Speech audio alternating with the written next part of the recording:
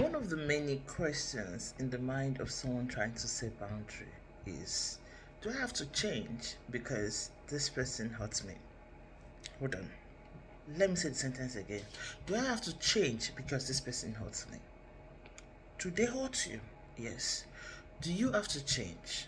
Now, let's stay on the fact that you are hurt. Let's stay on the fact that you are pained. Let's stay on the fact that you do not like what they did to you. You don't. Now, then let's move slowly into, do you have to change? What do you consider change to be? Do you consider change to be a revenge, getting back, or getting yourself? Are you trying to get yourself, or you're trying to get back? Now, let's put that change on a scale. The scale of change or staying the same way for them to repeat the same thing. You want to change, or you want to go through that pain again? And if you don't want to change, do you know why they are doing what they're doing to you?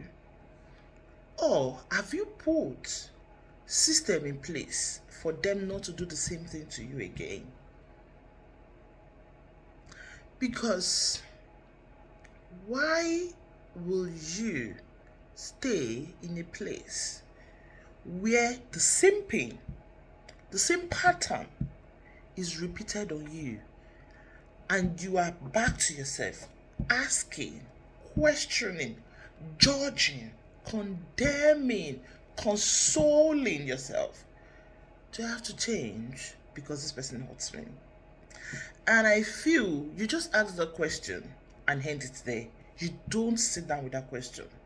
You don't still sit down with the fact that they hurt you. You don't sit down with the fact that they did something painful to you. You do not take time to go through into what they have done. It is either you are mentally lazy or you are avoiding the reality. And this is what happens. Each time you avoid reality, that same reality you are avoiding comes back to you again and again. And it makes no changes. Okay? And you remain the same way.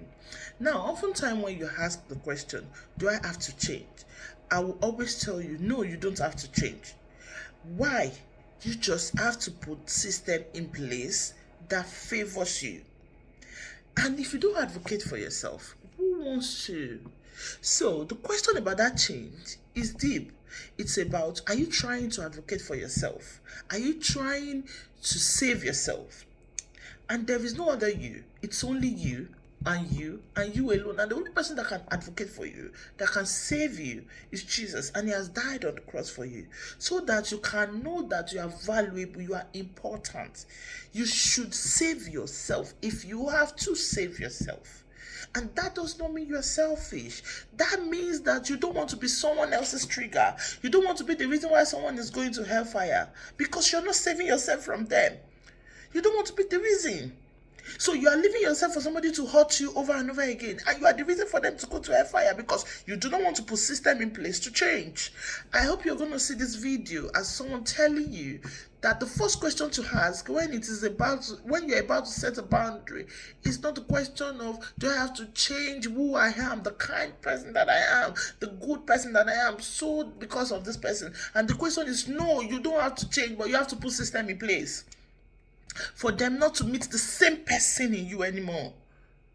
Oh, now let's go back to the fact that you do not have to change. But do you know that that pain they are inflicting on you has a pattern and has a trend? And every time it comes to you, it stays in you as a memory. And that memory becomes your person. And whether you like it or not, they are changing you. In few years, in few months, in few weeks, you're changing. You're not changing to them. You're changing to yourself. You're forgetting who you are. You're taking it up. You're accepting it. It is either you lack the power to confront them, which I wouldn't say you should, because you don't have to confront. You can confront yourself. So I always feel the question always, it's not about you changing today. The question is that you are okay to change to yourself. You are okay to ignore the little drop of water that is making a mighty ocean of pain inside of you, just to accommodate them in your life, just to accommodate something in your life, something that is making that drop, that is dropping those things, and you don't care, or you want to manage through. Do you know you can even be strength from them? But because you are not sitting down with yourself, you are not building strength from them. You are not sitting down with yourself. You are not analyzing it. You're not looking deep into it. You're not. You're not focusing on how to best show up in a way that they wouldn't try it again with you.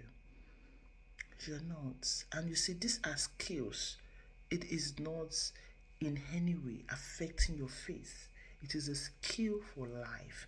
And this is what I used to say. God has given us all things that pertain to life and godliness, to life, to living, to existing on earth in your natural body.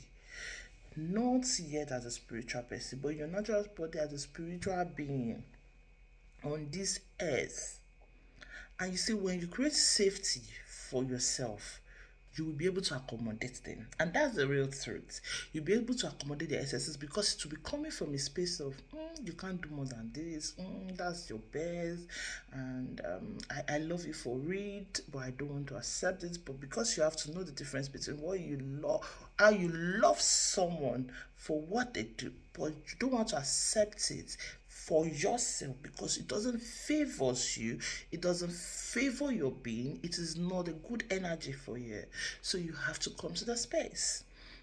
And coming to that space is a skill. And I always feel we need to learn that skill. Because if we don't learn that skill, the other skill of it learns us. The pain learns us. The pain shapes us. We often think that we change over time.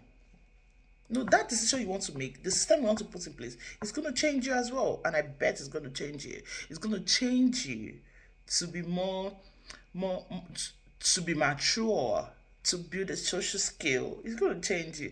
It's going to change you to see people for who they are. And I think it's either we are avoiding the reality of who people are. This is a video you want to send to someone that's finding it difficult to set boundaries or feel like, okay, it's a sin to set boundaries. It's not. It's not. It's not. Let's wait. Put it on a scale. So I want to hear you in the comment section. I want to hear your opinion. I want you to ask me questions about setting boundaries. How it affects you. If you can't, I'll drop my email. You can try it and send me email. I'm gonna respond to it.